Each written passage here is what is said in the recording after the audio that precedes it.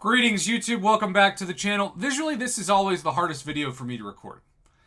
Because how do you show AI evolution? It's tough. It's tough because you also don't have camera access to a fight. So like I can show you an arena fight, but if you don't have the the finger placement, internet phrases, in front of you, how do you even know if the AI is going to respond in kind?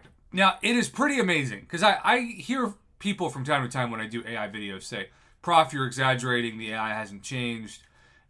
You're just recording a video to get clicks, blah, blah, blah. Which, look, technically, every YouTuber who records any video of any length is creating a video to get clicks. You just want to get clicks the quote unquote right way. You want to make the audience feel like they used their minutes wisely and they weren't baited into clicking on something that didn't fulfill their request. To me, clickbait essentially means you were promised something in a title and or a thumbnail that the deliverer didn't give you.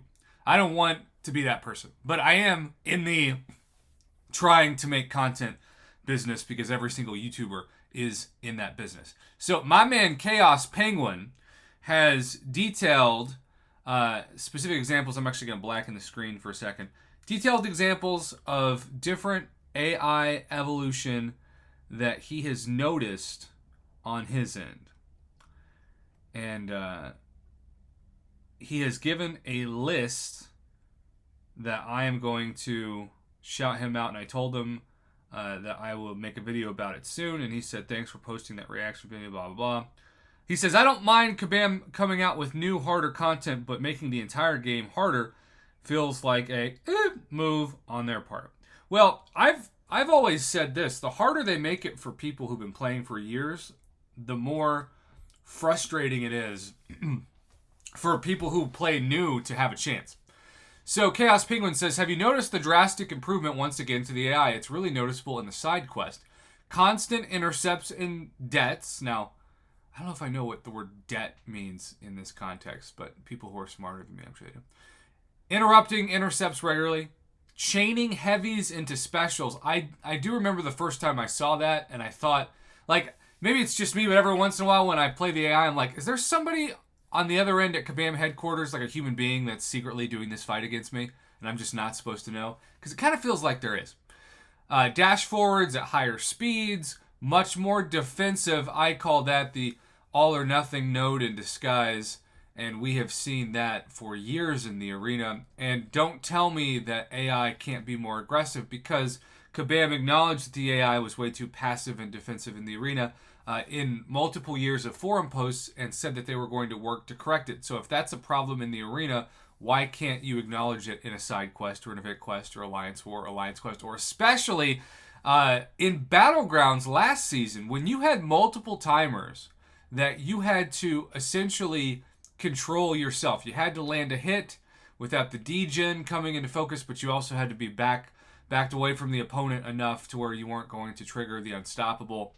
And if the defender isn't being aggressive, especially on specials, it forces you to either be backed up into a corner, to do some risky intercepts, which at least for me, less than half the time work. And ultimately, when you get impatient and you make risky choices on the movement of this game, you're going to make mistakes and you're going to be knocked out. And in Battlegrounds, you're going to lose.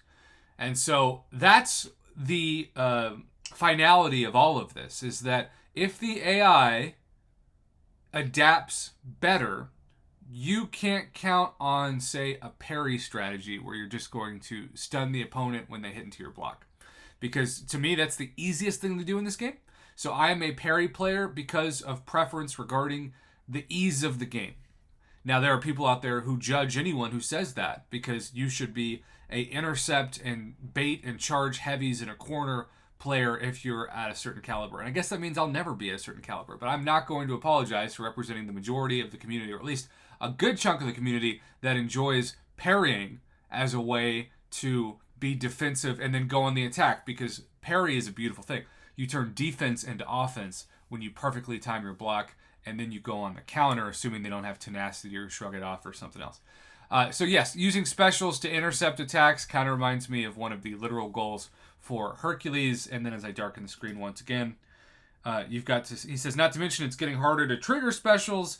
It's as if the button is constantly blocked and priority is given to the AI. And by the way, he said dexts, not debts. Okay, that makes more sense. Constant intercepts and dex. Yes.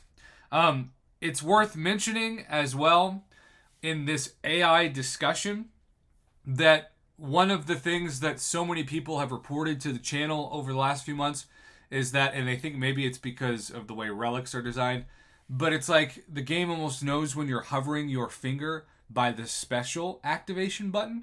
And when you get close, and if you can activate a special and the defender can activate a special, the defender will always activate a special right before you. This is especially true with special threes that I have noticed on my end, even as recently as the last 24 hours of doing this game. So, I've seen it, but I want to hear from you all. Have you seen more instances of this? Chaos Penguin really did a great job outlining several specific examples of this chaos. Thank you so much for the info, as always. And as always, thanks for supporting my channel. I am looking to return to a webcam life in the next 24 hours. It's been a week since my surgery. I've done all I can on my end to control the bleeding and the inflammation and then the non-hat wearing, which is a weird category of things. Yes, whenever you have surgery and you go off grid, your YouTube channel takes a hit, and my channel is no different. But I'm thankful for this week in recovery, and thank you to those of you who stood by the channel, even though these feel more like a radio broadcast than a TV show where you see somebody's face.